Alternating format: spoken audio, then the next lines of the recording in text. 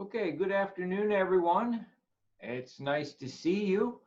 Um, I've noticed that a few of you have already completed your online exam for today, and that's fantastic.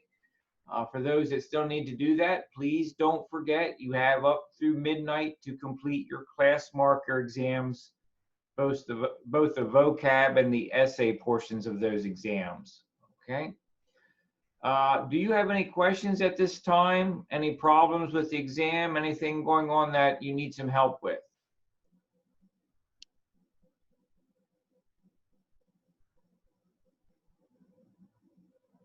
I just wanted to say that this time around it seemed to me that there were more multiple choice, and I know personally that helped rather than a lot of fill in the blanks.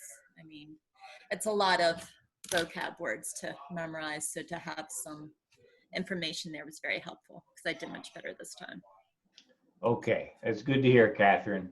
Thank you very much. And you can expect that I will try very hard to have the exams graded and out to you sometime tomorrow, certainly before Saturday morning. So anything else?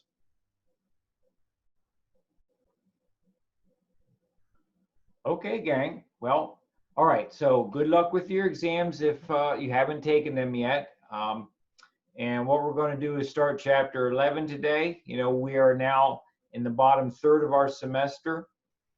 And we're going to be covering chapters 11, 12, 13, and 14 as we approach the very end of our semester in about 2 weeks, okay?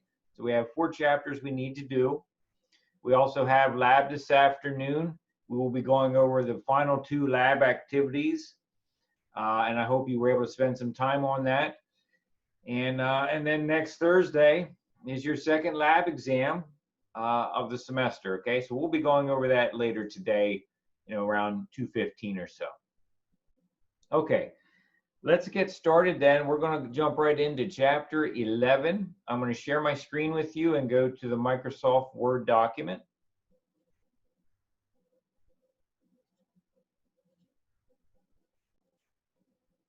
Okay, so at this time, the chat window is up. So if you need to get a hold of me, by all means, go ahead.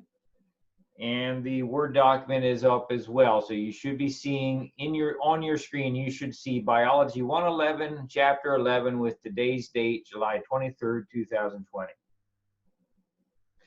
Okay, Chapter 11 is the blood chapter.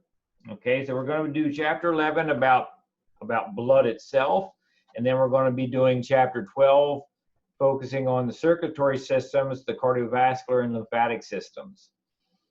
This is sort of, both of these chapters combined are extremely relevant at this time because of the coronavirus infection.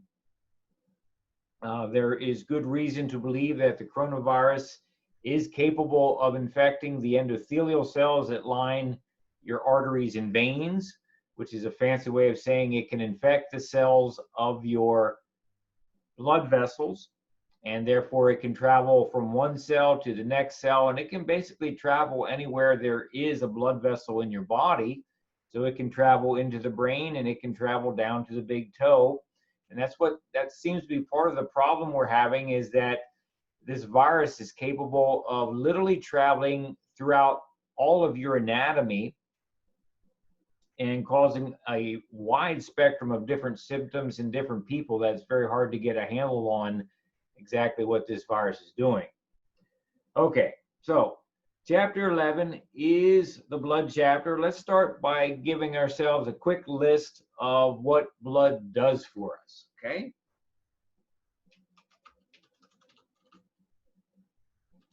A list of the functions of blood, okay? In some ways, we probably kind of think that's obvious, but it may not be as obvious as you think once we get into the details. Okay, well, obviously your blood, you think about that red colored liquid that's running through your arteries and veins. Okay, that red colored liquid is made of a variety of cells and a whole bunch of water, which we call plasma. And we're going to be defining that in just a moment. Since your plasma is made of water, And as you learned at the beginning of the course, water is a fantastic solvent. That means the water of your plasma is very good at dissolving and distributing the nutrients that you eat every day in your normal diet. Okay, so one function of the blood is to transport nutrients and oxygen into tissues. Okay. Another function is to physically remove metabolic waste products from cells that are performing aerobic cellular respiration and other complicated chemical reactions, as well as removing carbon dioxide from those cells as well as a gaseous waste material.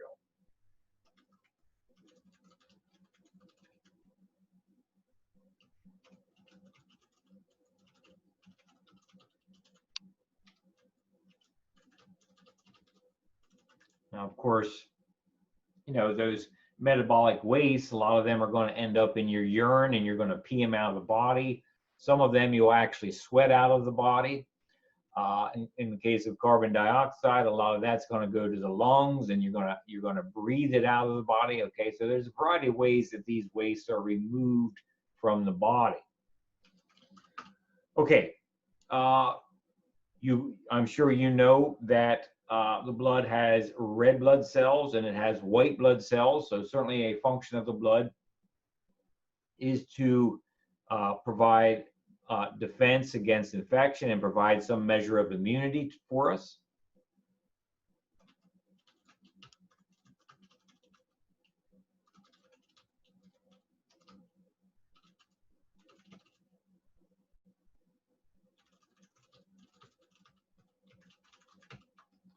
Okay.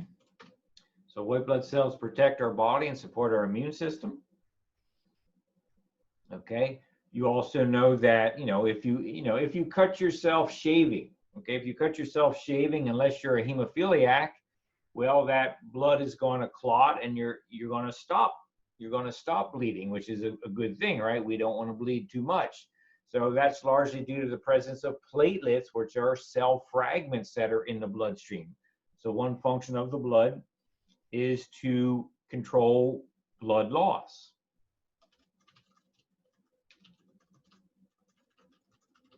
Through the activity of platelets. Another function of blood comes back to the idea that blood is itself made of water. We know not only that water is a good solvent, which explains how it can deliver materials into our tissues, but since water is also a good temperature buffer, it should not be a surprise to you that the actual composition, the water composition of blood, ensures that blood plays a very important role in regulating our body temperature.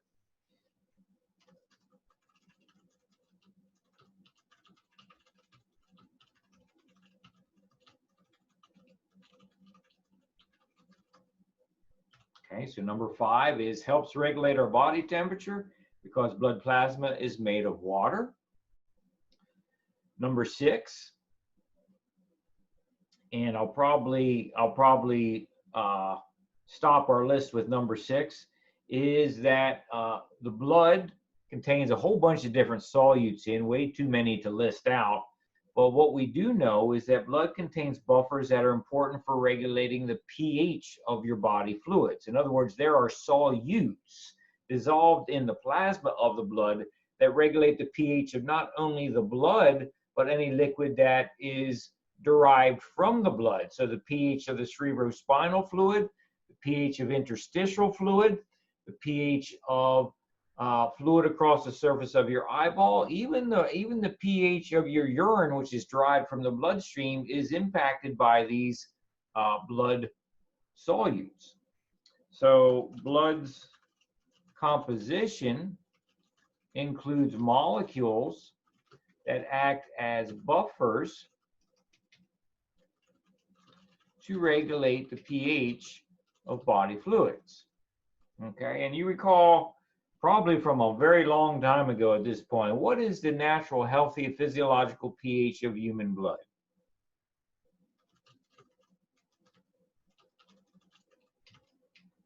What is healthy blood pH?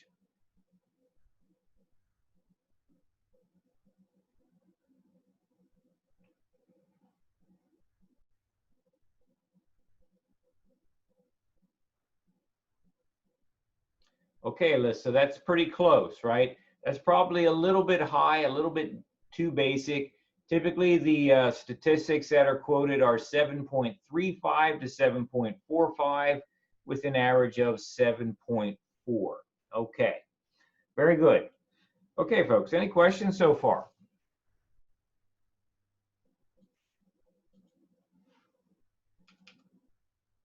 All right, now what we're going to do next is start listing out some of the things that make up our blood. What exactly is blood made up of?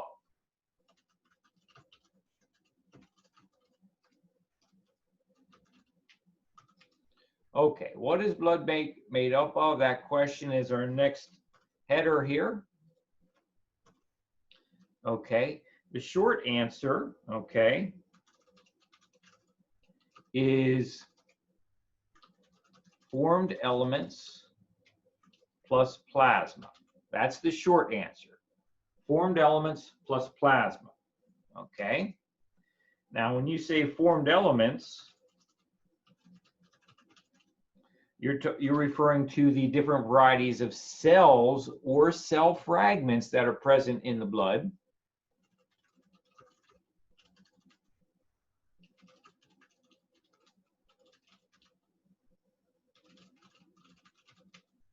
And when you talk about plasma, you are talking about water, but it's not just water, right? I mean, if it was just water, we would not call plasma plasma. If it was water, we would say water, but we're not saying water, we're saying plasma.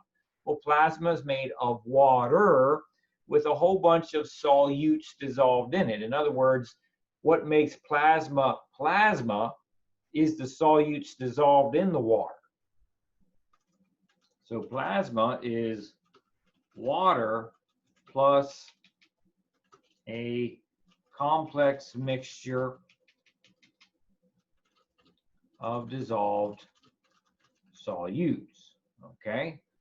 All right. So let's break these things down just a little bit more. Okay. So let's talk about plasma. Okay. As you know, as we've stated, plasma is the primary substance, the primary medium for transporting nutrients throughout the body. Okay, we know that.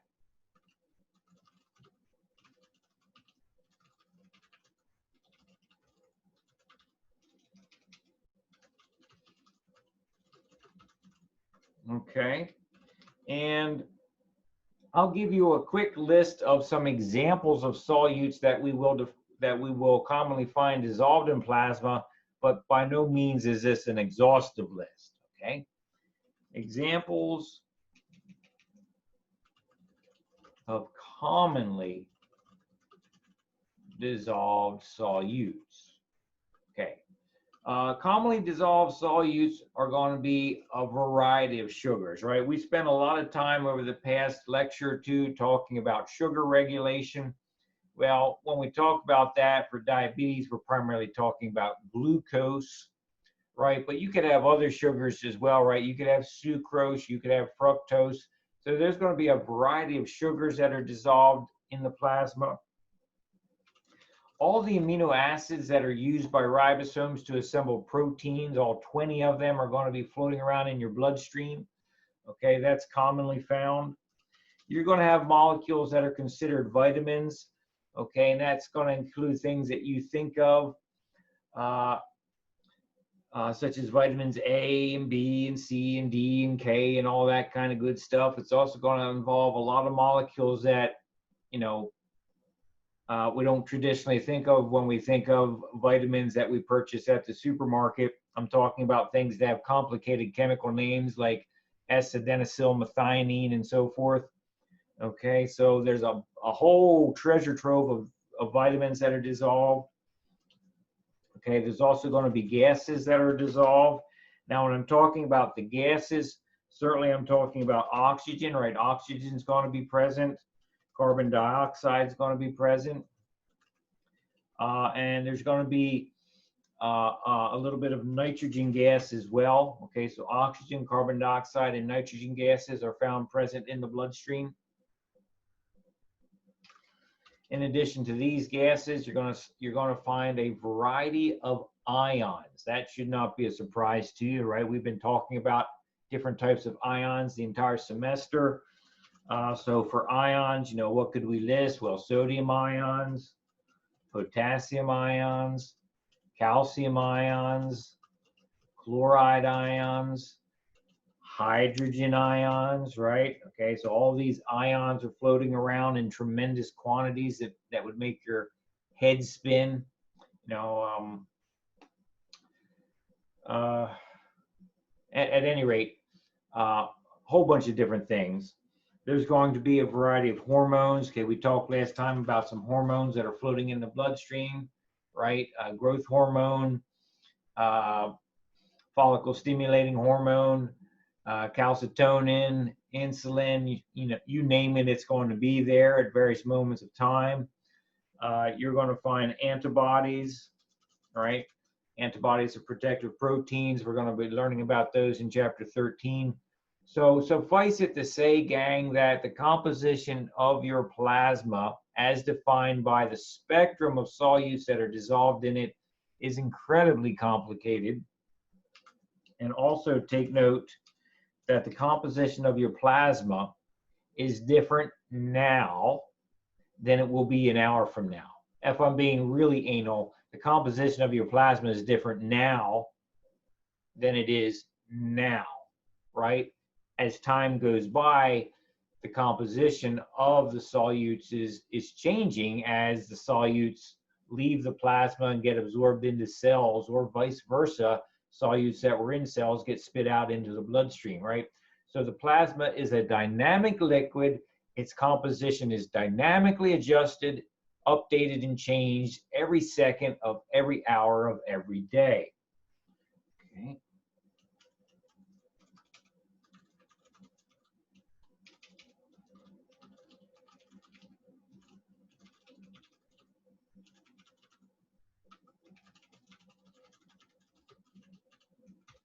Okay, as long as the composition of that plasma stays within homeostatic boundaries, homeostatic windows, then we feel fine, right? Then we feel fine. Okay. All right. So, any questions, gang?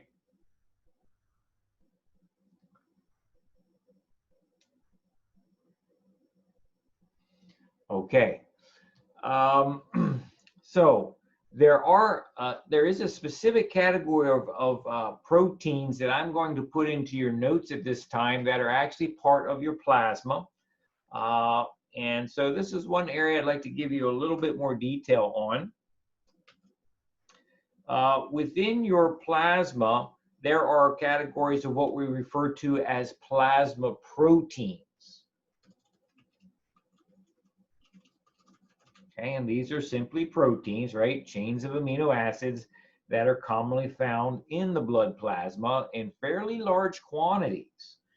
Okay, so let's see what we can do here. The first category of plasma proteins are your albumins. Okay, if you do look on page 199 of your textbook, you're going to get a rough breakdown of the composition of blood. This book doesn't go into as much detail as other books, but that's okay. This is just a beginner level text. That's okay. You can see that if you take whole blood and let it sit out, it will separate into fractions on page 199. About 55% of total blood volume is going to be plasma. Another 45% of total blood volume is going to be made from the material of the formed elements, the cells and cell fragments. Okay, so you can see that right there. So we're looking at what we find in the yellow portion of page 199 of figure 11.1, in the yellow 55% portion. Okay, within the plasma proteins, we have albumins. Okay, albumins are special proteins that are secreted by the blood cells to help regulate the osmotic environment, to ensure that the surrounding liquid is not too hypertonic or too hypotonic, right? If the surrounding liquid for a red blood cell is too hypertonic, we're going to draw water out of that blood cell and it's going to shrink down and possibly damage itself. If the surrounding water is in fact too hypotonic, then we're going to have too much water enter the cell. The cell will overinflate and potentially pop, and that would be a bad thing. Okay, so albumins are plasma proteins that are used by the cells of the blood system to regulate the osmotic environment.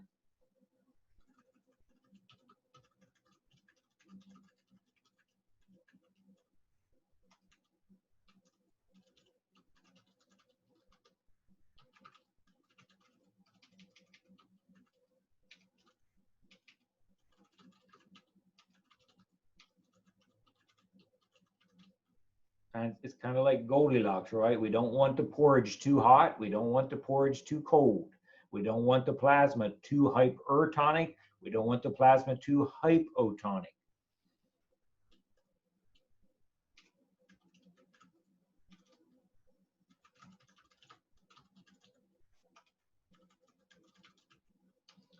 Okay, so that would be albumins. In addition to albumins, there is a second category of plasma proteins called globulins. Okay. Now, within the globulin plasma protein category, there are subcategories, okay? And I'll just hint at these a little bit. Some globulins are involved in the safe transport of fatty substances through the bloodstream, okay? I mean, you think about it. You are familiar with the idea that oil and water don't mix, right? Oil and water don't mix.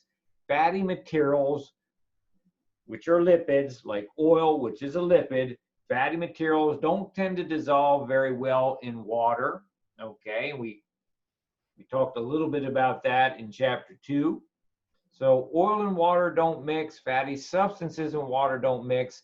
Have you ever wondered how you could eat material that had fat in it? Like maybe the skin of, maybe you've had some barbecue chicken and so you eat some of the skin off that chicken, or you've had wings or something, how you can eat this fatty material and that fatty material doesn't kind of get glommed up in your body, glommed up in your bloodstream, and maybe actually harm you in some way.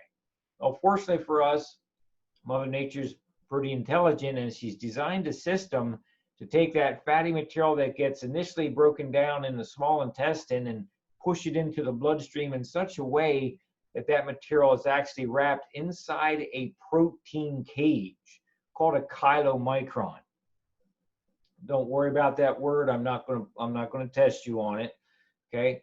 But suffice it to say that the fatty materials that we eat, when they need to be delivered throughout the body, they don't get delivered all by themselves. They get protected from the water environment by being wrapped inside a roll cage made of protein.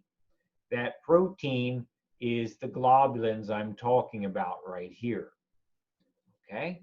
So some globulins are involved in the safe transport of fatty substances through the bloodstream. Other globulins are called immunoglobulins.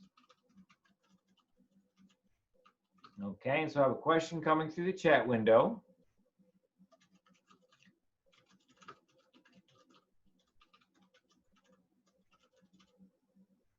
What is another name for immunoglobulin? What is another name for immunoglobulin?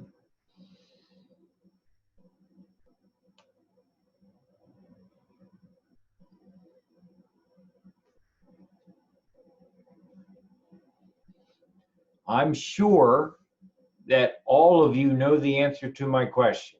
I'm sure of it, but you may not realize you know it. What is another name for immunoglobulin?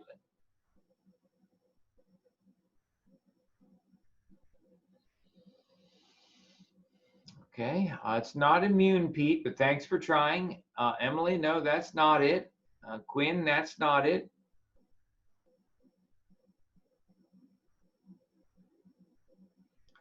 Okay, Jennifer, nicely done. All right, Jennifer wins the cup of coffee this afternoon.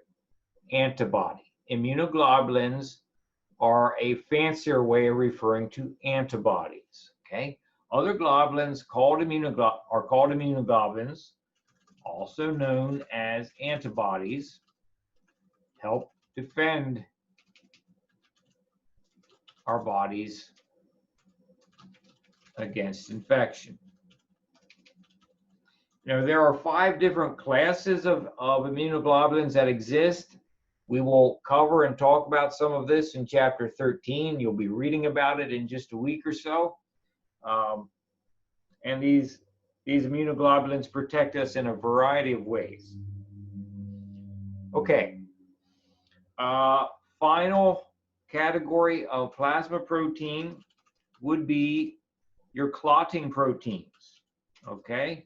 Suffice it to say that floating through your bloodstream and my bloodstream at this very moment is an army of clotting proteins that if a blood vessel should be damaged in some way, again, if you nick yourself shaving or God forbid something worse, then these proteins will start to link together in complicated ways to build a clot.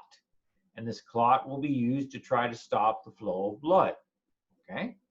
So clotting proteins are present in the body. There's a whole family of clotting proteins, but perhaps the most famous clotting protein that you have heard about is called fibrinogen, which includes fibrinogen. Okay? And these proteins act to stop blood loss. Okay. Folks, do you have any questions right now about plasma, about what plasma is made up of, anything at all?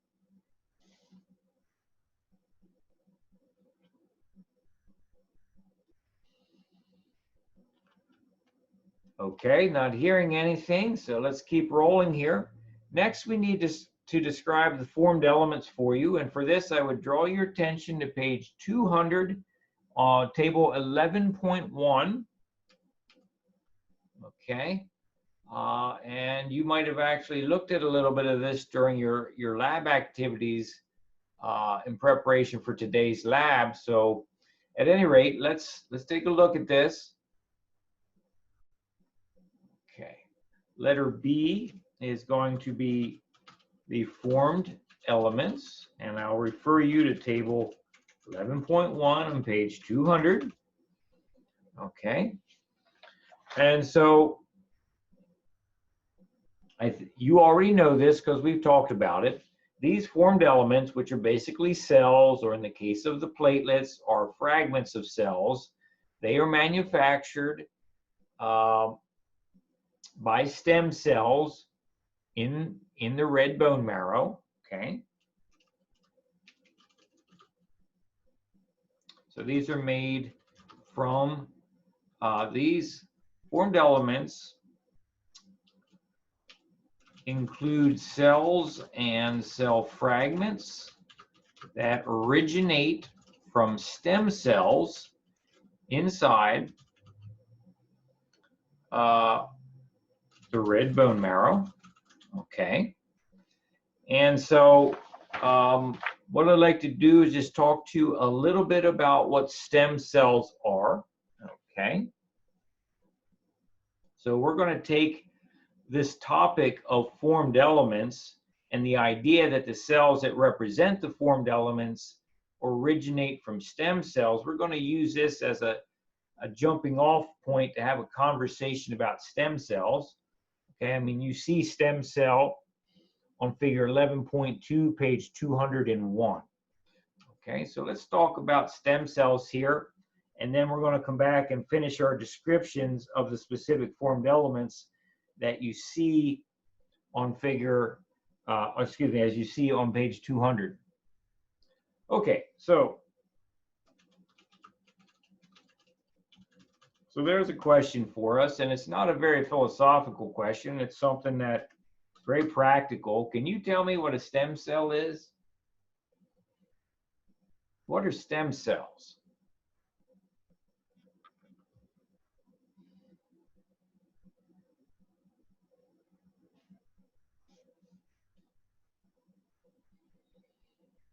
I'm sure that you've heard of stem cells. I mean, they're in our common language at this point because people are thinking about stem cells and using stem cells for medical treatments and therapies. Well, let's say you say they're like baseline cells and they become specialized. I like that. That's a very nice description you gave. Pete, you say they're a special human cell. I could agree with that. They're pretty special because of their abilities and potential. That's absolutely true. Okay, anything else you'd like to say? Emily, you say they're undifferentiated. What does that mean?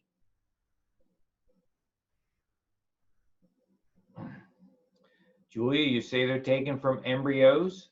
That is often true, but not always true. Okay.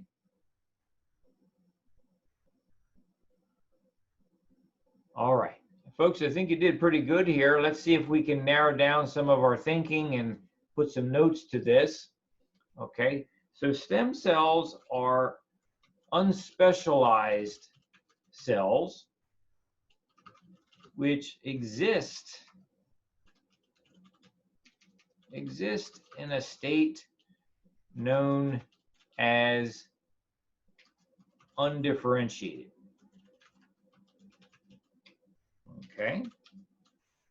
So, that begs several questions. These are unspecialized cells. Okay. So, Pete, you said that these cells are special, and I agree with you. They're special in what they can do.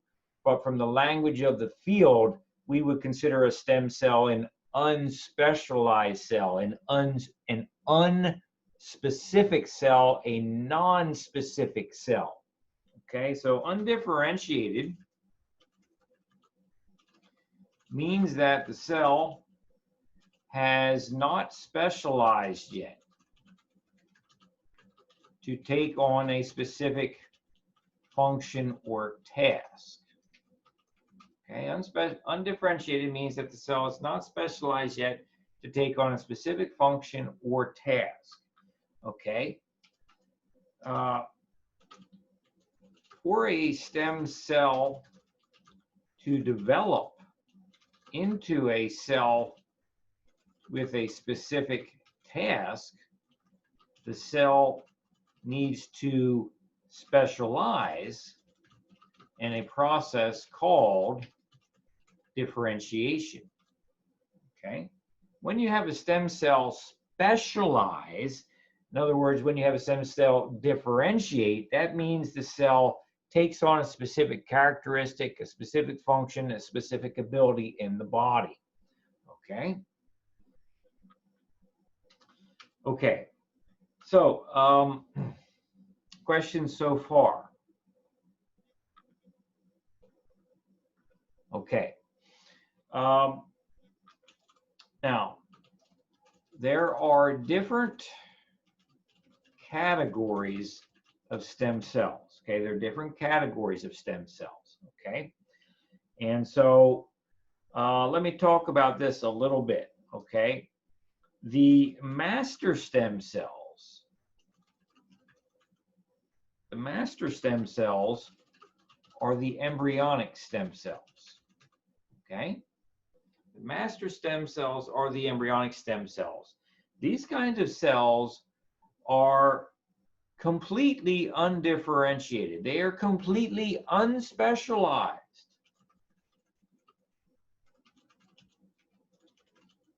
Completely unspecialized cells that, given time, can specialize into any type of cell in the body.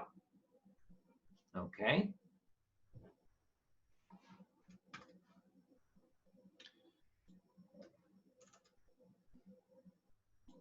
Now, these master stem cells, these embryonic stem cells, in the language of the field, we would describe these embryonic stem cells as being cells that are described as totipotent. Totipotent. Okay.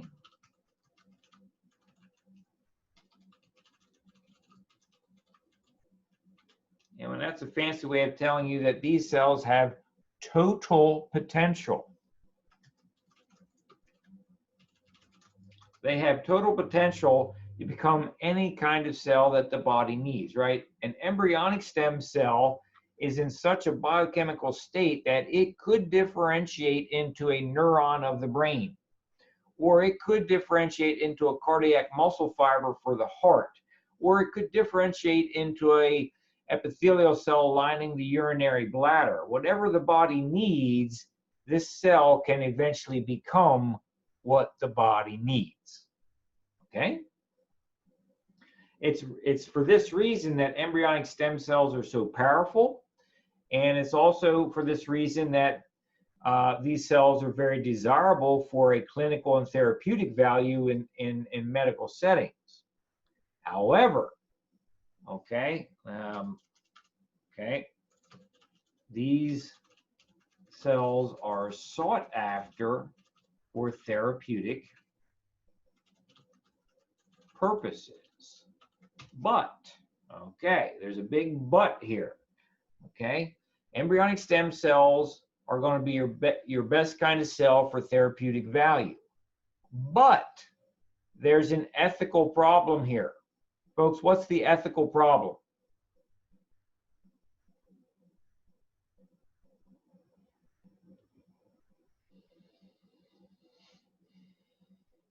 Folks, what's the ethical problem with using embryonic stem cells? Okay. All right, Matt and Julia, you're spot on there, right? To use an embryonic stem cell for therapy, you've got to do something to an embryo, which means you've got to damage it or destroy it. Okay, that's not ethical.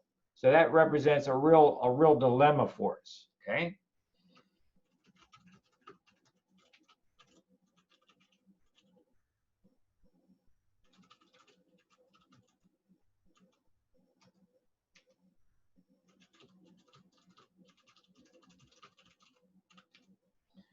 But we have the ethical dilemma of harming embryos for our own medical care, okay?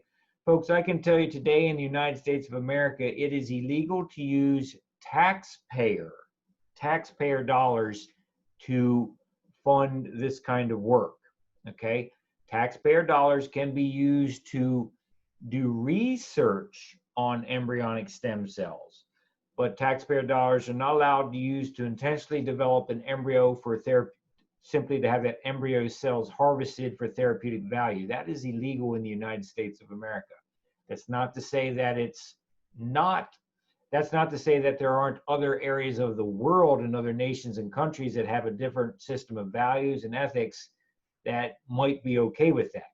All right. So I'm not saying that the United States or just us thinking about us as a community of people necessarily has all the answers when it comes to ethical considerations. Okay, so this brings us to another sub-concept. Okay, normally when you have embryonic stem cells in an embryo, they will begin the process of differentiating into slightly specialized cells, which are called adult-derived stem cells, okay? Adult-derived stem cells form from embryonic stem cells that become slightly specialized. Okay, so adult-derived stem cells are found in all the major structures of the body, right? You can find adult-derived stem cells in your heart. You can find adult-derived stem cells in your kidneys. You can find adult-derived stem cells in your skin.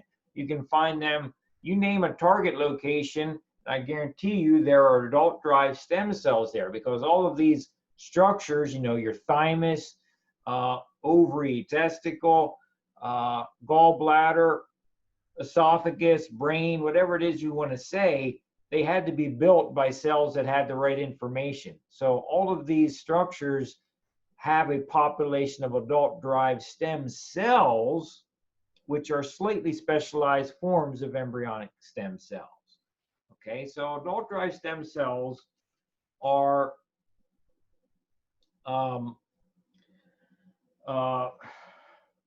they are partially potent. Okay, and what I mean by that is these stem cells can become a subset of cells the body needs to function, but not all cells the body needs to function.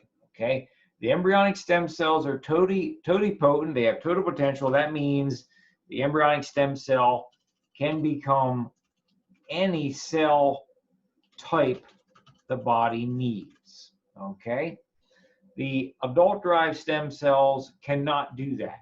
Okay, they do have some limitations. And so what I want to point out at this time is that the formed elements that you see on table 11.1, they originate from an adult-derived stem cell in your red bone marrow. Okay, so now obviously if we continue the conversation, those adult-derived cells in your red bone marrow at one point in your development did come from an embryonic stem cell that began to specialize. But as adults at this point, our blood system and the cells we find in the blood system, that population of cells is maintained by adult-derived stem cells in the red bone marrow. Okay. All right. So adult-derived stem cells are found in all body structures. Okay. Right. Skin, gallbladder, kidney, brain, etc., etc. Okay, including the red bone marrow, where adult-derived stem cells are used to maintain your population of formed elements. Okay. All right. So if we think about it, the formed elements that you see on page 200 are coming from adult-derived stem cells in the red bone marrow of your bones. Those adult-derived stem cells can become any variety of blood cell that you see on page 200, but they cannot become a heart cell. They cannot become a skin cell. They cannot become a bladder cell. Okay? They can't do that in the body. They are genetically restricted from doing that in the body. Okay? All right. So, any questions so far?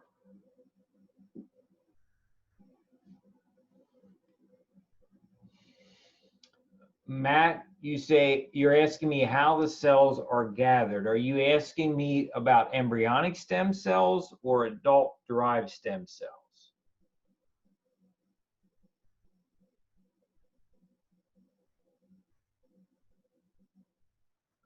Oh, I'm sorry, Matt, you weren't asking a question. You were responding to one of my previous questions. Okay, fair enough. Thank you, Matt. Sorry about that. Okay. Do you have any questions at this time? Okay, so in the United States, it's kind of illegal to do a lot of therapeutic work with embryonic stem cells, which is why for therapy purposes, and we're still at the infancy in our medical care and our medical technology's ability to use these cells, primarily we're using adult-derived stem cells, but not quite adult-derived stem cells, okay? So let me put this down here. So remember, we have this ethical situation that we had to think about for embryonic stem cells, okay? it is not illegal to use adult-derived stem cells for therapy, but because the adult-derived stem cells have limited potential, right? They are partially potent, right? They're partially potent. They're not totally potent. Because they have limited potential, they are not as useful for therapy. So folks, what I'm suggesting to you is this, okay? Embryonic stem cells would be the absolute perfect answer for a lot of clinical issues, but we can't do it because it's not ethical to create a life simply to take it away, okay? Adult-derived stem cells, they're not illegal, but they have limited potential. They're not as useful for therapy, okay? So scientists for a long time have been struggling with this, and we now have a solution to that. And here's a third category of stem cell called an induced pluripotent stem cell.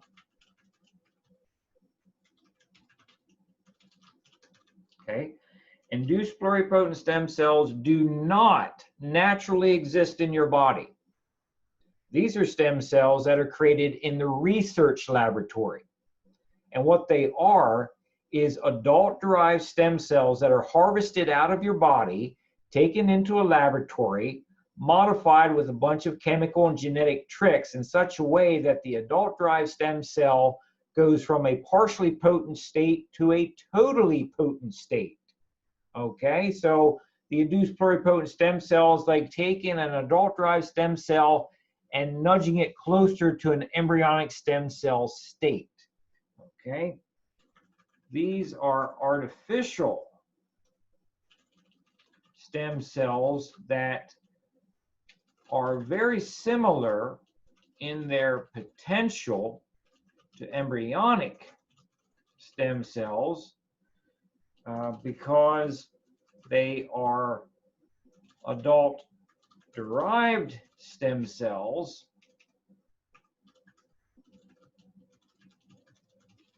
that are modified in the laboratory. And so because these artificial stem cells, which are manipulated in the lab, are much more similar to the embryonic state, they are much more useful for clinical value, for clinical purposes, okay? And we don't have the ethical hang-up of having had to harm an embryo to get them, okay? I mean, we could harvest, we could do a skin biopsy on you that would be very minimal in terms of your pain and discomfort, and we could obtain adult-derived stem cells from your skin. We could go into the lab, feed them some food to reproduce so that you get billions of these adult-derived stem cells in the lab. Then we could chemically modify them back to this embryonic-like state, and then potentially with the right stuff, okay, and this is complicated and we're still working it out, but with the right genetic tricks, we could get these induced pluripotent stem cells to start becoming other kinds of cells like the body, like heart cells or brain cells or kidney cells or whatever we might need to repair the body, okay?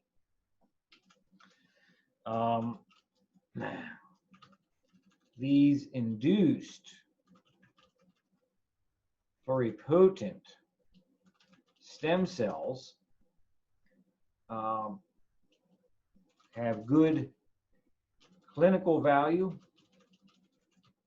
and are free of most ethical problems, okay? Okay, Matt, so you say, is this process similar to CRISPR? Are you asking me about the process of taking the adult-derived stem cell and converting it into an embryonic stem cell? Okay, yeah.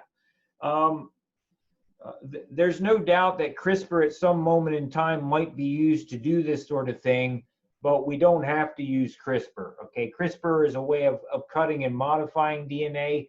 typically what's done is that modified viruses are actually used to infect the adult-derived stem cell. The modified viruses then deliver genetic cargo to make proteins that then transform or differentiate the adult-derived stem cell. So it's possible that CRISPR could be used in the future, but it has not traditionally been done that way.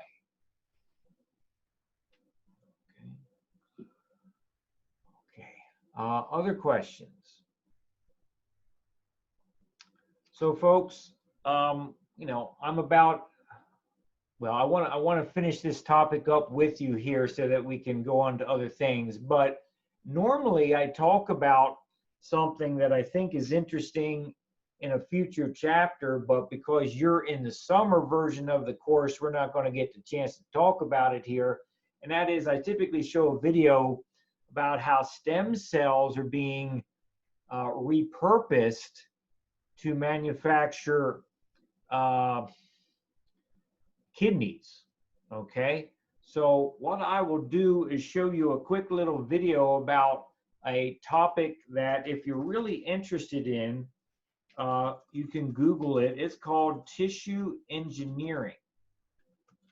The idea that you could take stem cells, adult-derived stem cells, and use them to seed the development of other organs and tissues that might be needed to help someone survive. For example, let's say 25 years into the future, God forbid you have a heart attack and you suffer severe damage to your heart, and that you really, really need a heart transplant, but there is no heart transplant available.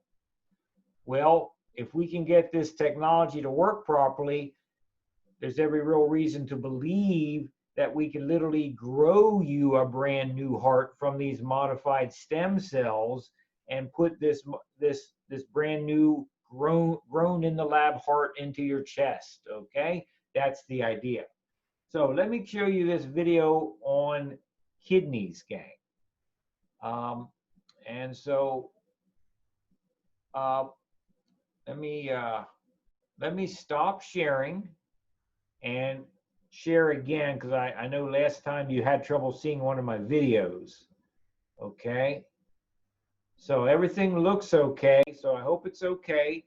We're going to go here to YouTube, and I have a video called Bioengineered Kidney Makes Urine. Don't try to take notes, folks. Just watch it and marvel at some of the things that are happening. Take notice. This is about a 7-year-old video. Okay, so here we go.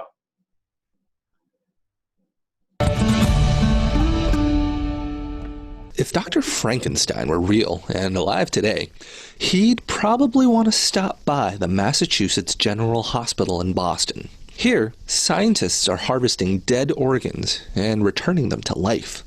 But instead of giant green monsters, these researchers are creating hearts, lungs, limbs, and kidneys that could one day be used to replace failing organs in people.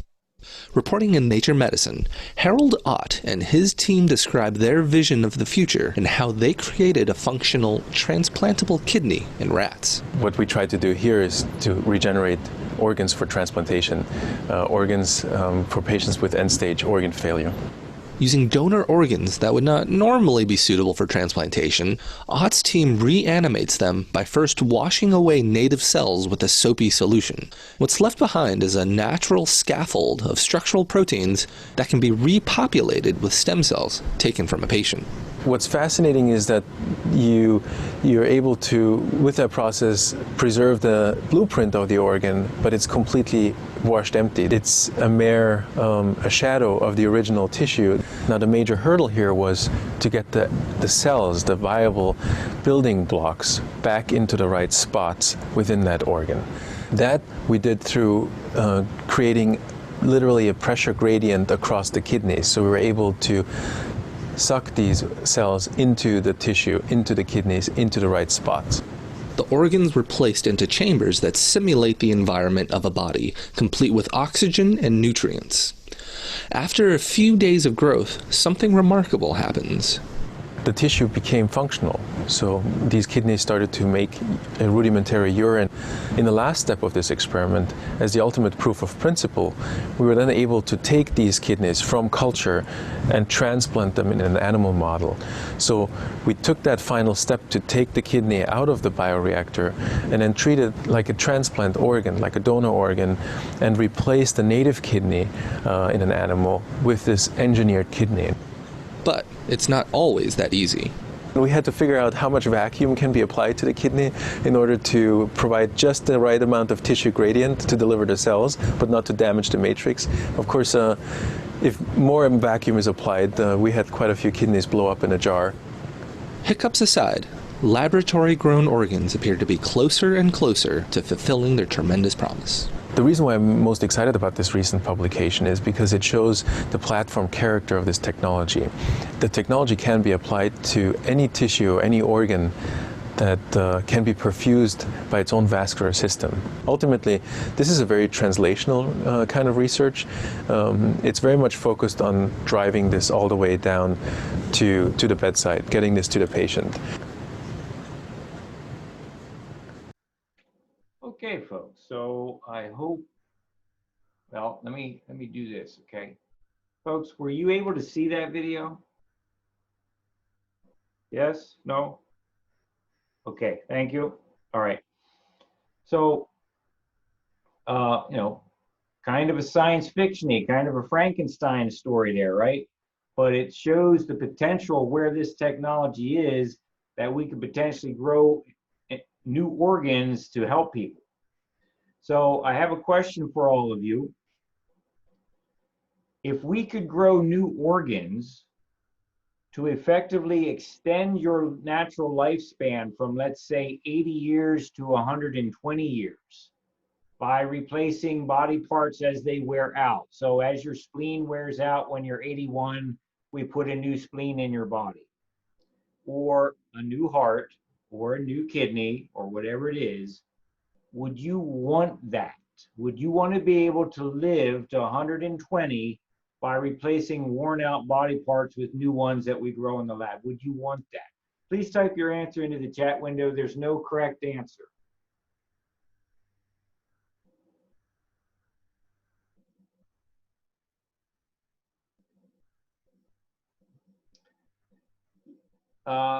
Okay, so I'm getting some yeses and some nos and some maybes, right? As you might expect, okay.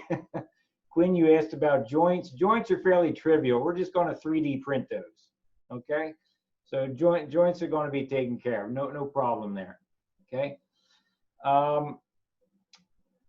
And I see your comment, interesting comment, Matt, about downloading your consciousness. Okay, that's true. What kind of matrix are you going to put your consciousness into? But at any rate, let me ask those that kind of said yes. If you said yes, I want to be able to live longer by replacing body parts. Let me ask you this. If you want to live to 120, are you willing to work until you're 105 before you retire? Because who's going to have enough money to be in retirement for 50 years? In other words, who's going to pay for this? How are we as a society going to handle a new normal where folks can live to be 120? Are you willing to work to 105 before you retire? That's the question. I can tell you honestly, I don't want to work till I'm 105, all right? Okay? So what I'm suggesting to you is that these new technologies, as they mature, are they not in fact opening up some very thorny issues that our society is going to have to deal with? Exactly who's going to pay for this, and how long are you willing to work to pay for it? Okay? You see the problems we have in the news around the nation now. We're a very divided country. Imagine when something like this gets out there, all right? Who's going to pay for it? Okay.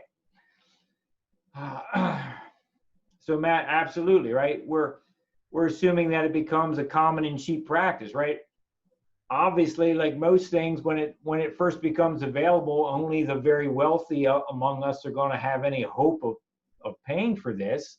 I mean, if you need a new heart and there's a lab that can grow it for you, and they tell you that their price to grow you a new heart is $750,000, are you going to pay for it? Are you going to take a loan out for that?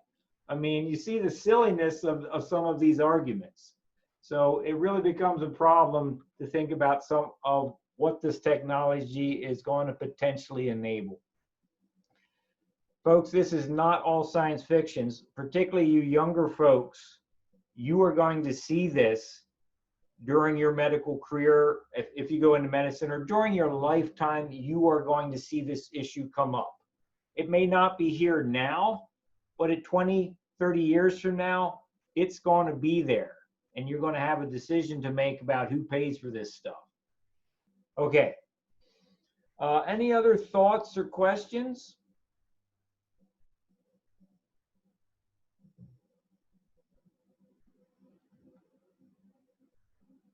Okay.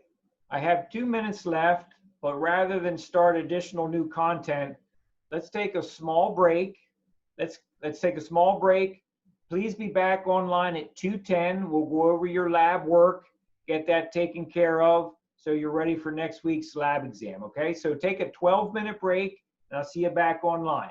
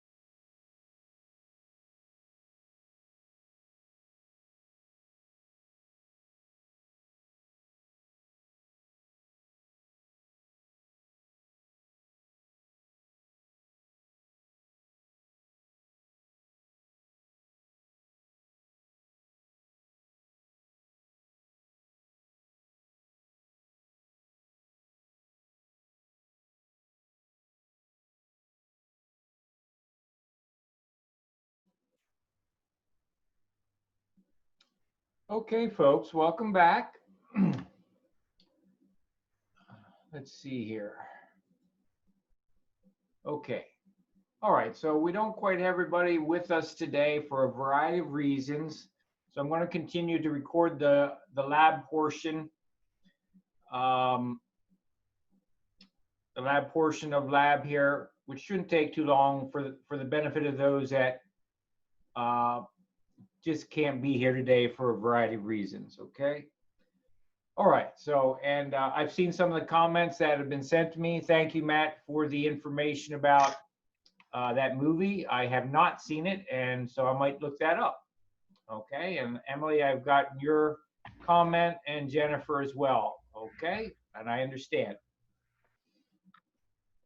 Okay, so, you know, as I indicated through my email, there are just some parts of the lab curriculum, unfortunately, we can't do because, you know, I can't send hydrochloric acid to your home, right? You're not going to be too happy with me if I send you a bottle of hydrochloric acid. And hydrochloric acid is one of the chemicals we use in lab number 7. So there are just some things we can't do, and I apologize. It's just the nature of our current situation. But let's see how you made out with certain activities, and you know, let me be able to help you where I can.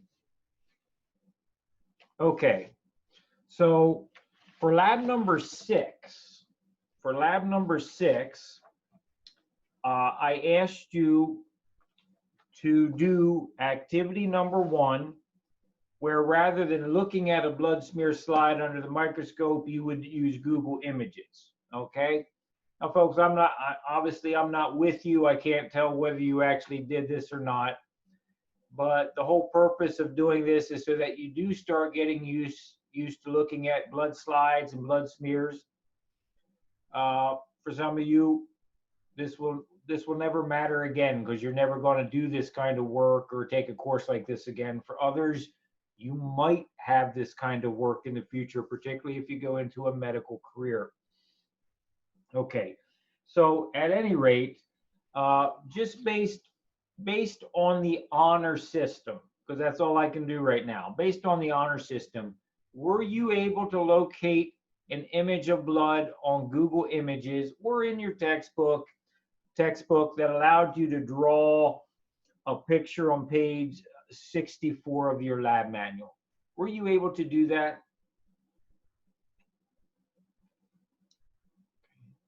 Please indicate in the chat window if you were able to do that.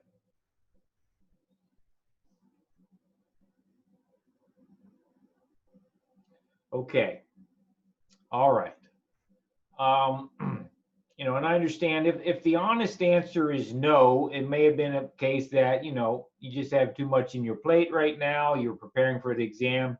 I would ask you, if you couldn't do it, that you please do it to prepare for the lab exam, okay? Just to do that. But the whole idea is that you could look under a microscope and you could begin to identify some of the basic slides, some of the basic cells that we are going to identify and put in your notes the very first thing next lecture from page 200 of your textbook.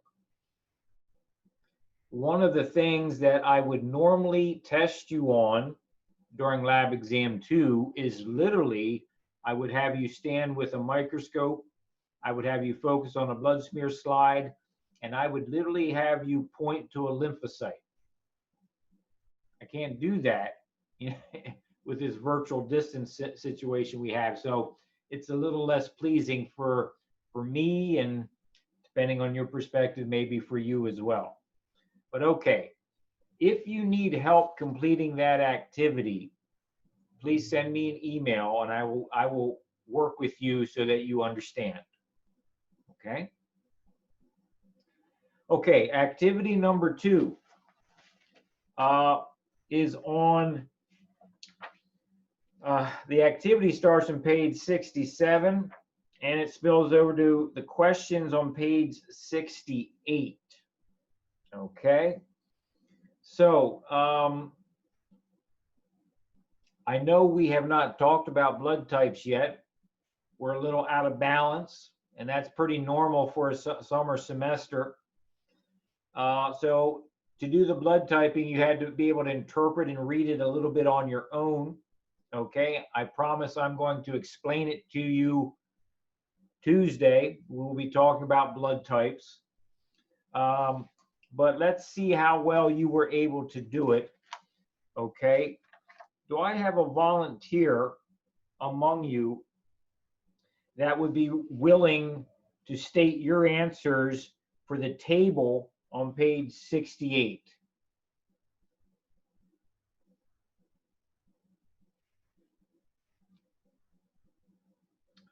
Okay. Anybody willing to try this? I can try. Okay, Julia. Julia, thank you for volunteering. I'm going to ask a couple things of you. Please speak loudly. And please, let's go column by column. So for person number 1 being blood type A of the donors, go down that column first. Go ahead. So no, no, yes. Okay, stop. Julia, are you telling me that person A with person number 1 with blood type A as a donor and person number 1 with blood type A as a recipient, that is a no? Oh, it's blacked out. Okay, what does that blacked out mean? Yes. Okay, please include that in your response. Please do that again for me. Yes, no, no, yes. Good job. Go to the second column. No, yes, no, yes. Good. Go to the third column. Yes, yes, yes, yes. And the fourth column. No, no, no, yes. Nicely done, Julia. You got it 100% correct. Well done. Thank you so much. Does anybody need me to repeat those answers? I'm seeing Catherine, are you okay?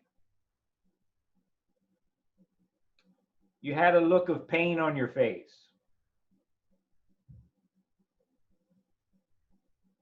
Catherine, do you need me to repeat those answers?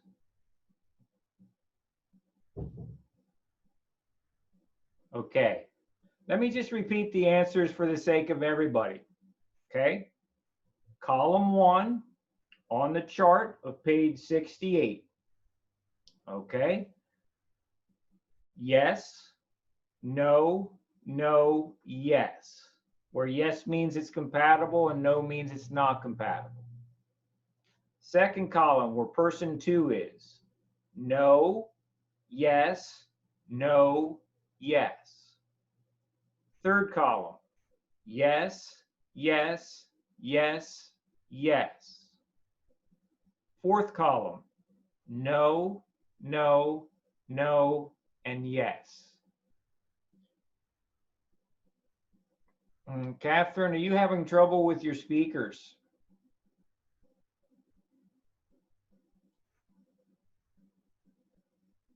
Okay, thank you, Jennifer, for answering her.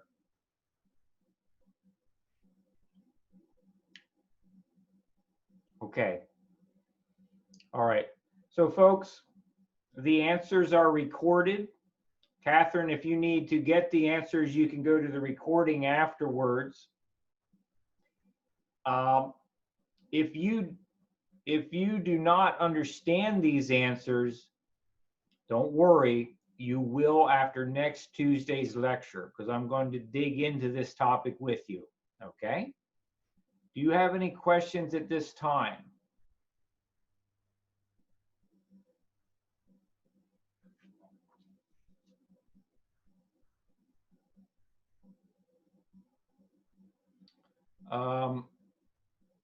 Okay, so Catherine, let's see here.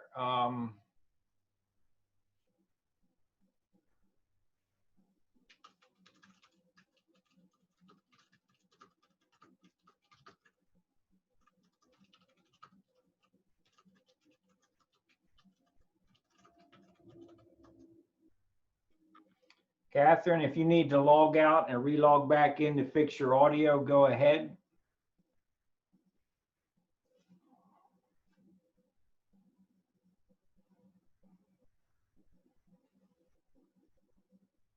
Okay, Catherine.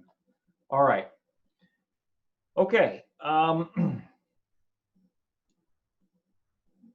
Catherine, do you want us to repeat the blood typing information?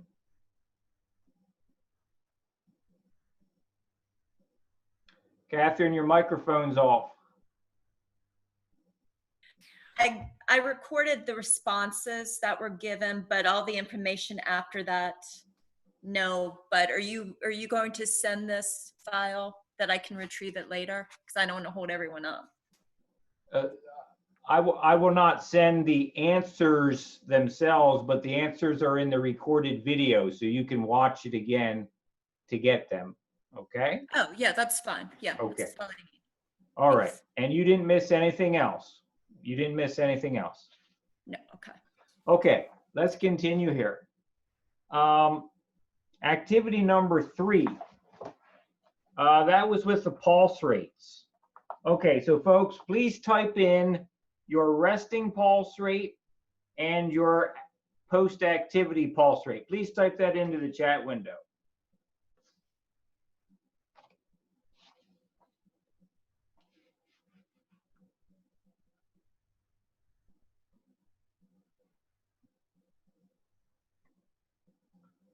Okay. All right. It's always interesting to see some of these results here. Okay. Fantastic. Okay. I mean, you already kind of know how healthy of a person you are. I mean, you know your body better than anybody else, right? You know, I would say that the more physically fit you are,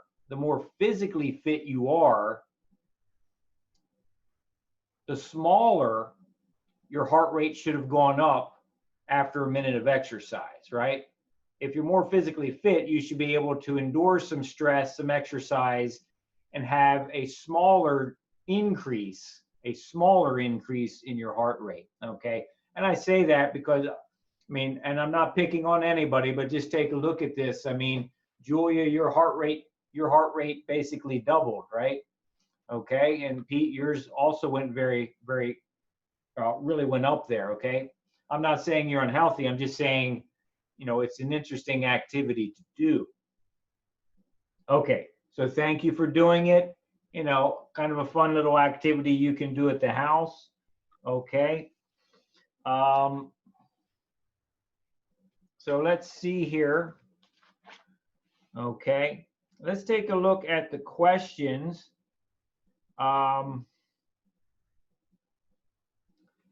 Okay, I realize after looking at my own notes that I didn't necessarily assign the questions on page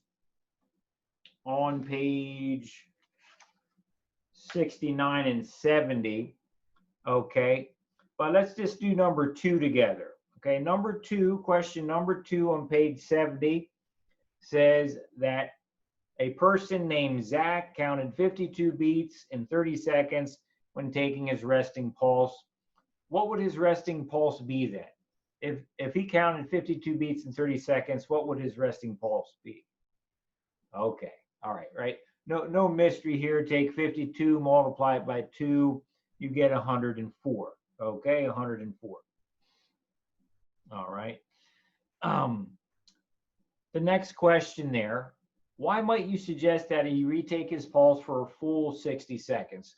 Why is it better to take your pulse for 60 seconds than to take it for 30 and multiply by 2, or for 15 seconds and multiply by 4, or for 10 seconds and multiply by 6? Why is it more accurate to take it for a full minute?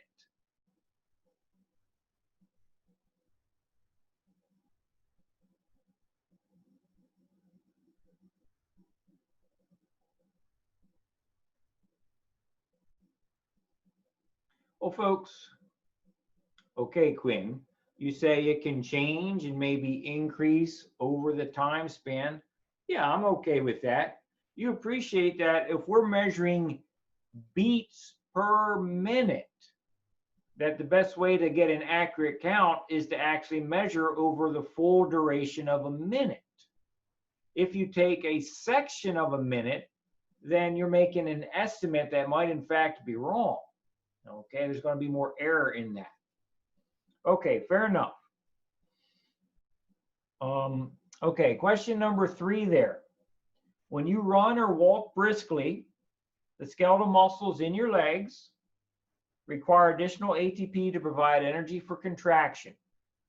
How does this relate to the increase in both your heart rate, meaning your pulse, and your breathing rate, meaning your respiratory rate, when you exercise?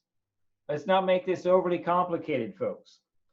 Your heart rate and your respiratory rate are increased so that you can provide more oxygen to your cells. And by providing more oxygen to your cells, you can power aerobic cellular respiration better to generate ATP. Okay, and the ATP then allows you to contract your muscles. So that's how it's connected. You increase your heart rate to increase your breathing rate, to increase your oxygen, to increase your ATP, to increase your muscle contraction ability. Okay.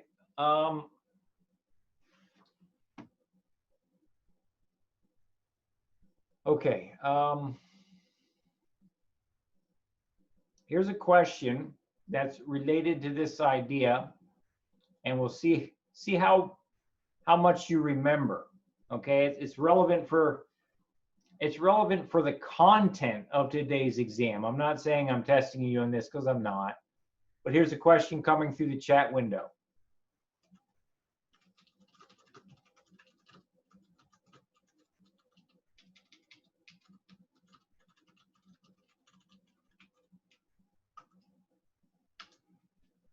What is the cause of rigor mortis when you pass away?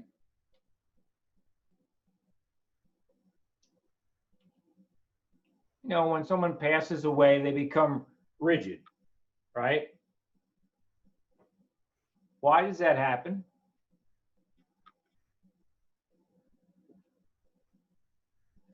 If it's not due to a dead nerve, although that's a reasonable guess. And Alyssa, a lack of oxygen is not a bad idea, and it's somewhat tangentially related to the answer.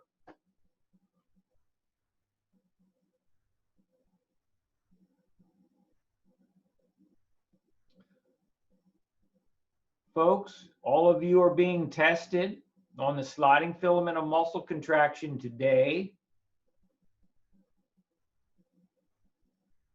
Okay, Quinn, you say no ATP goes to the myosin, so maybe it stays contracted. That's what I'm fishing for. When a person passes away, the cell runs out of ATP and it can't make any more. So any myosin that is literally attached to the actin will stay attached to the actin because there's no ATP to release the grip on actin. So it stays locked in place and it can't move away. That's what it causes the locking position, the freezing position you see with rigor mortis. Okay. Folks, does that make sense from what you understand about sliding filament?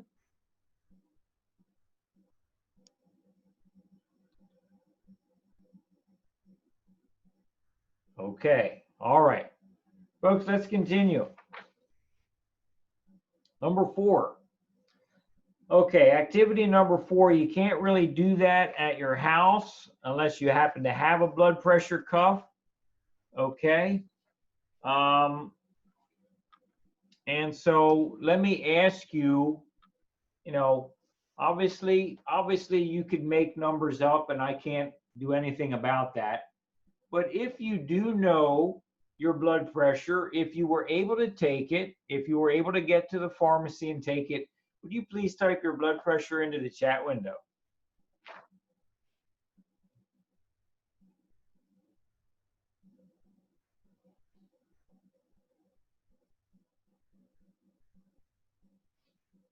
Okay, looks like we have some pretty good readings here. I guess the benefit of youth, okay? All right, so folks, you know, it really is important that you get into the habit of occasionally monitoring your blood pressure. Because as I said, heart disease is a silent disease. Hypertension is a silent disease. You often won't know that there's a problem unless you measure it and make a little journal for yourself. You do not have to be 57 to have a problem. You could be 27 and have a problem. You could be 22 and have a problem, okay? Because this is influenced by your personal DNA and your genetics and your diet and your stress and the amount of sleep you have or don't have. So there's lots of players here. And I just want to encourage you to make this an important thing that you monitor. Make a little journal of it yourself, and take your blood pressure once a month. And if you notice that a reading is seeming a little unusual, well, don't get freaked out, but then take your blood pressure every day for the next 7 days and see if there's a continual trend of elevated blood pressure. Okay, and if there is, might be time to go visit the doctor and have a conversation. Okay. All right, so thank you for those that were able to do that. And please, we can stay healthy as human beings. We can stay healthy if we just do a few common sense things, which, let's be honest, as humans, myself included, we get a little lazy and don't do certain things, right? We get a little lazy. I do too, but it can really help us out if we try to do some of these things. Okay. Let's see. Do you have any questions about activity number 4? Okay, Pete, drink green tea. I'm fine with that advice. Tea's good. Okay, activity number 5 in chapter 6, folks. You can't do it at the home because you don't have the equipment, right? There's these little gadgets called spirometers that we have at school that you would literally breathe air into to measure your lung capacity. We can't do that at home, so don't worry about it, okay? For anything that you were not able to do at home, don't worry about it. I'm not going to test you on that, but I will test you on things you could do at your house, and I will test you on things that you could learn from doing a little bit of reading, okay? Okay, let's continue to lab number 7. For lab number 7, most of that lab you really can't do because you don't have the chemicals necessary to do it, okay? But I did ask you to read the information on controls, positive and negative controls on page 78 and 79, okay? So let me ask you this. Okay, I'm going to put a question into the chat window, and it's going to be on the topic of scientific controls. Okay.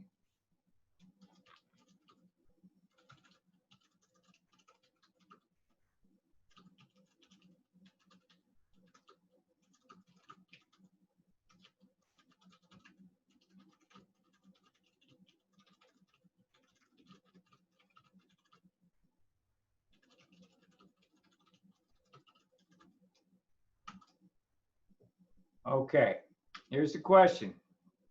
If you have blood drawn to check whether you are HIV positive, what positive control should the lab use when they test your blood?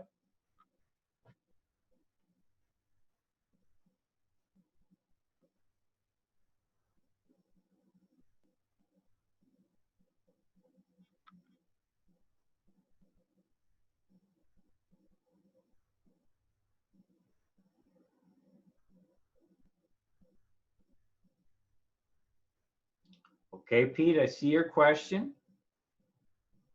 And so thank you for asking that. Can anyone answer my question?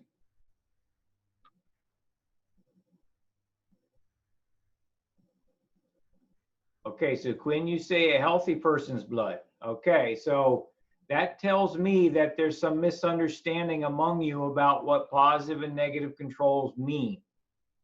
Okay. So, Alyssa, you have the right answer. You say blood that is known to have HIV. That's exactly correct. Okay. So, a positive control is a sample that has the object in it that you're testing for. A positive control is a blood sample in this case that we know that has been certified 100%. We know there is HIV in that blood. So when we do the test to check for your blood, we should run the positive control blood at the same time in the same equipment with the same chemicals with your blood. And if your blood comes up with a positive, the positive control should also come up with positive.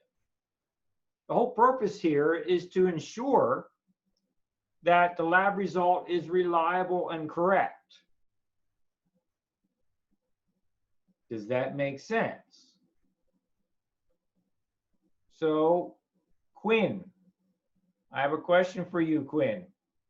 Quinn, you answered my question by saying maybe a healthy person's blood. A healthy person's blood would not be a positive control. What kind of control would it be?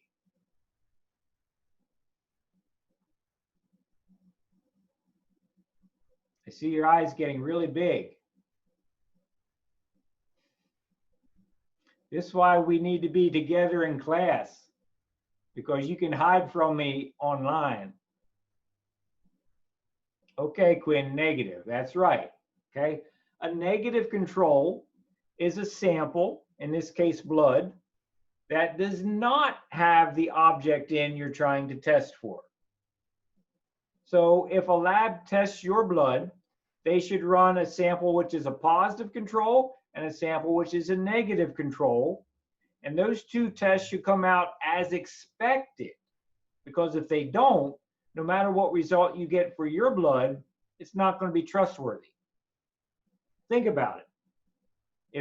If a lab tests your blood for HIV and that result comes back positive, but the positive blood control comes back negative, are you going to trust that result?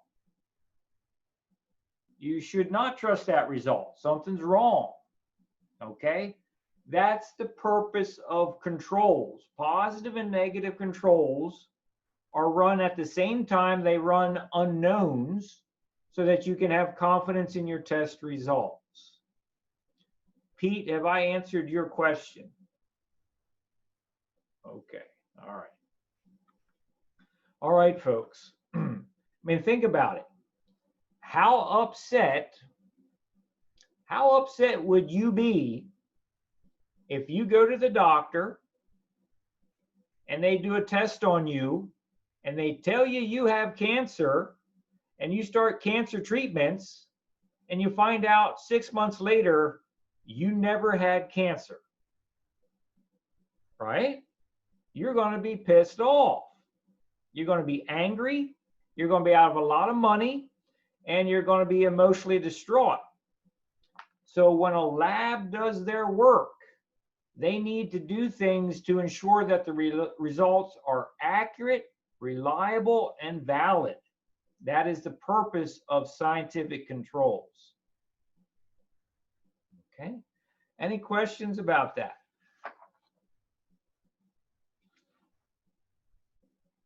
All right. Jennifer, you had someone read the wrong test results. Yeah. All right. Let's be honest here. Medical errors happen every day in doctors' offices and hospitals around the world. Let's be frank. That happens. And let's also appreciate that people are human beings and nobody can be perfect 100% of the time. Okay? So it is what it is. We have to accept it. Okay. Now, the last activity that I asked you to do in lab number 7 was to interpret the information on the nutrition fact label on pages 86, 87, and the questions on page 88. One of the things that we hope you get out of this course a little bit is an appreciation for reading the nutrition fact label of products that you might purchase at the grocery store. I know this could be terribly boring to you. When I was 18, I didn't care about this. But now that I'm 21, I do care about this. Okay? And the reason is, that was sarcasm, folks. Okay? The reason is because my body doesn't feel the same today as it did when I was 18. Okay? About 6, 7 years ago, I really started to feel bad.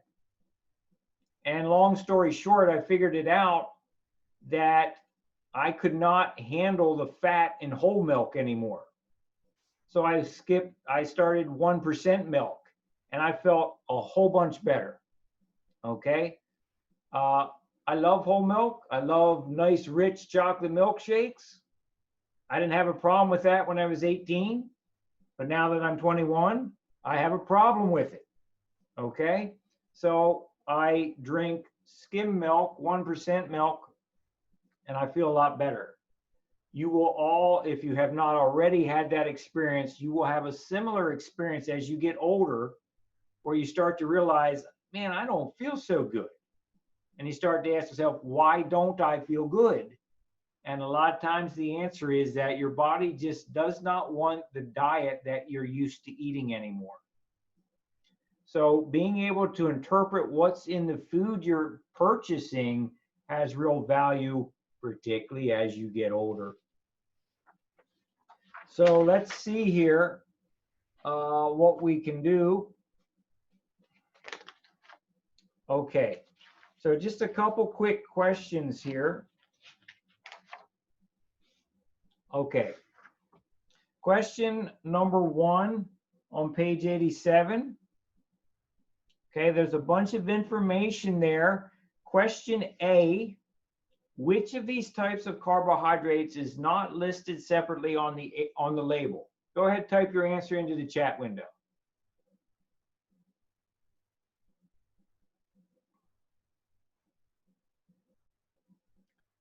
Okay.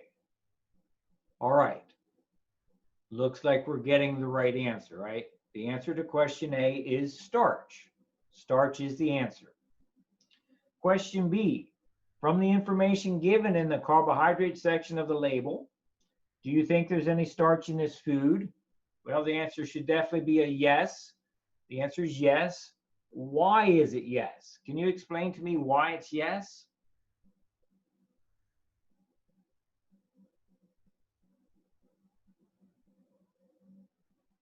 Somebody want to take a crack at that?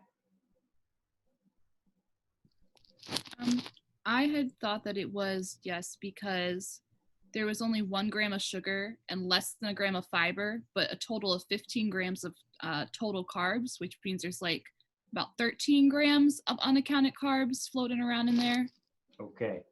Yes, Alyssa, beautifully stated. I agree with you completely, right? If the nutrition fact label tells you that there's total carbohydrates of 15 grams and the things listed below it do not add up to 15 grams, then something's unaccounted for, something is in fact missing. So that's absolutely correct. Okay, letter C, diabetics can control their blood sugar level by taking care of what they eat. Why are they concerned with the total carb content of foods and not just the sugars? Okay, can someone else answer that question for us?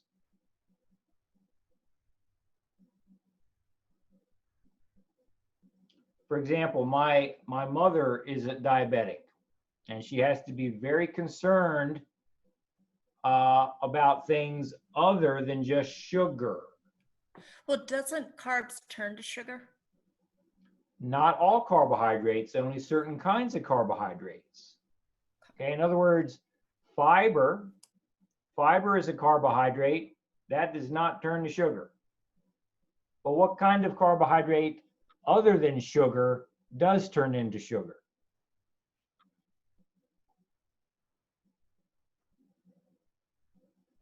Folks, it starts with an S.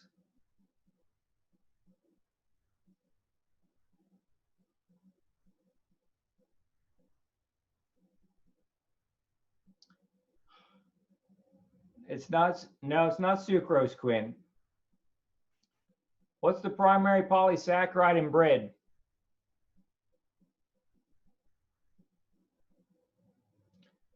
Okay, thanks for trying, Pete. No, it's not fructose. Alyssa, no, not saturated fats. Fats are lipids. They're not carbohydrates. Okay. If you watch, my hair's going to start to turn gray. It's going to start to turn gray. Okay. Because I'm getting wrong answers. Oh, come on. You know the answer.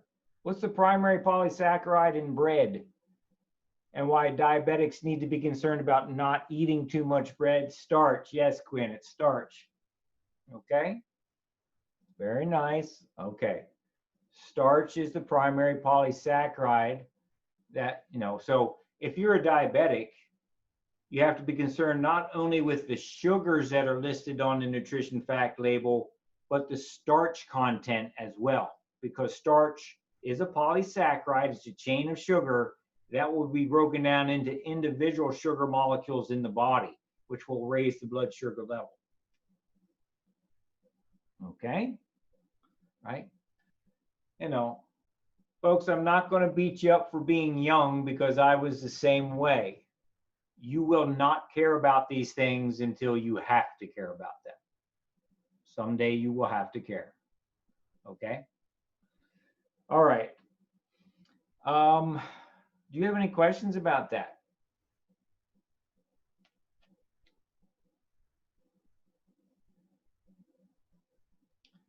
Pete, is it necessary to have all the bad ingredients in food and drinks?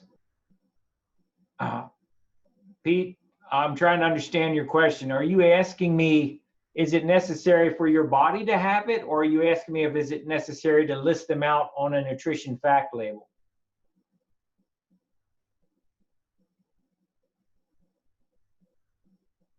Oh, okay. It is not legally required to list out everything that might be potentially harmful. It is not legally required, okay? So companies will get creative with what information they share. But the information that you see in the fact label in your textbook is legally required of companies to put in or on their products, okay?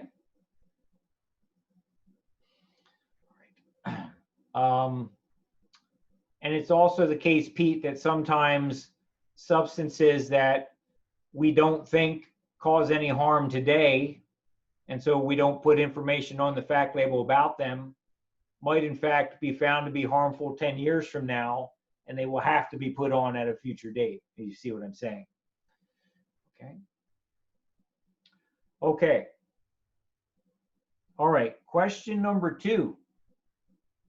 There was some text there. 2A, what category of fats is not listed on the label? What would you say, folks? Jennifer, do you have an answer for that?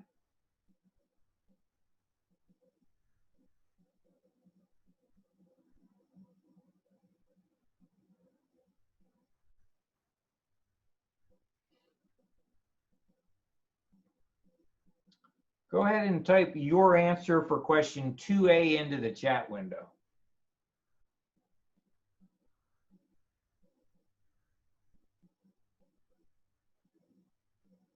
Okay, Jennifer, the question is this.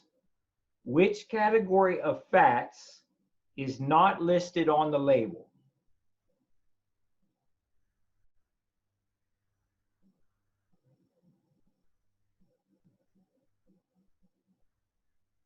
Okay, who can answer that for us?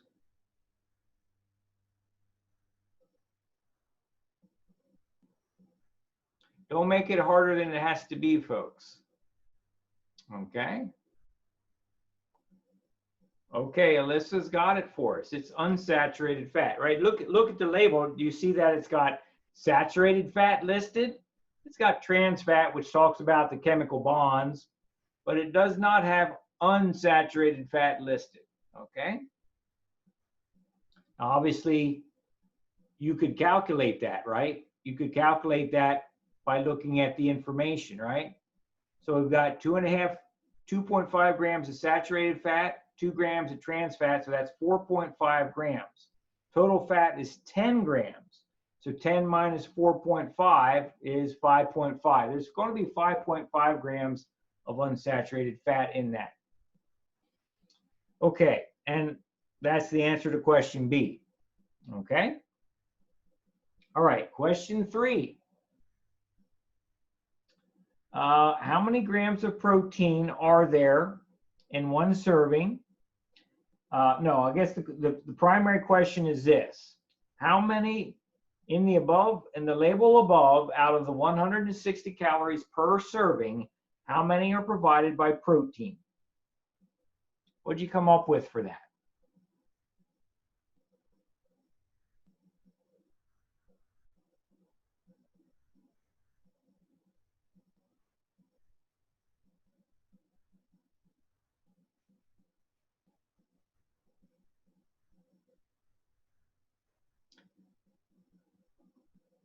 Okay, Julia, you are correct. Julia, could you type into the, okay,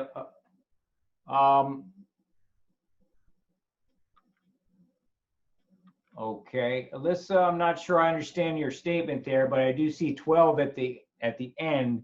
It would be 12 calories. That's right. The answer is 12 calories. So, so let me see. To get that, what happens? How did, Julia, can you explain how you got that?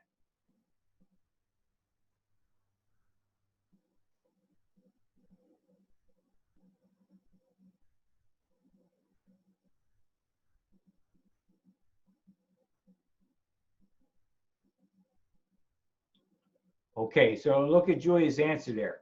3 grams of protein multiplied by 4 calories per gram. That's your 12 calories. It's really that simple, folks. Okay. Folks, do you have any questions right now?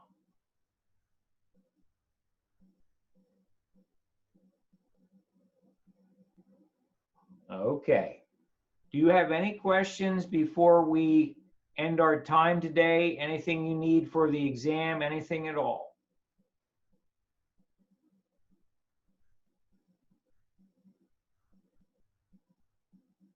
Okay, everybody's quiet, so I'll assume that you're all right. So folks, remember to complete your exam today. I will try to get them graded and out sometime tomorrow to you. You can also expect that today I will send the study guide for lab exam 2 in my email to you, okay? Because that is next week, all right? So lots of things going on as we come to the end of our term together. So good luck to you. Have a nice weekend, and I will see you on Tuesday, okay? Bye for now.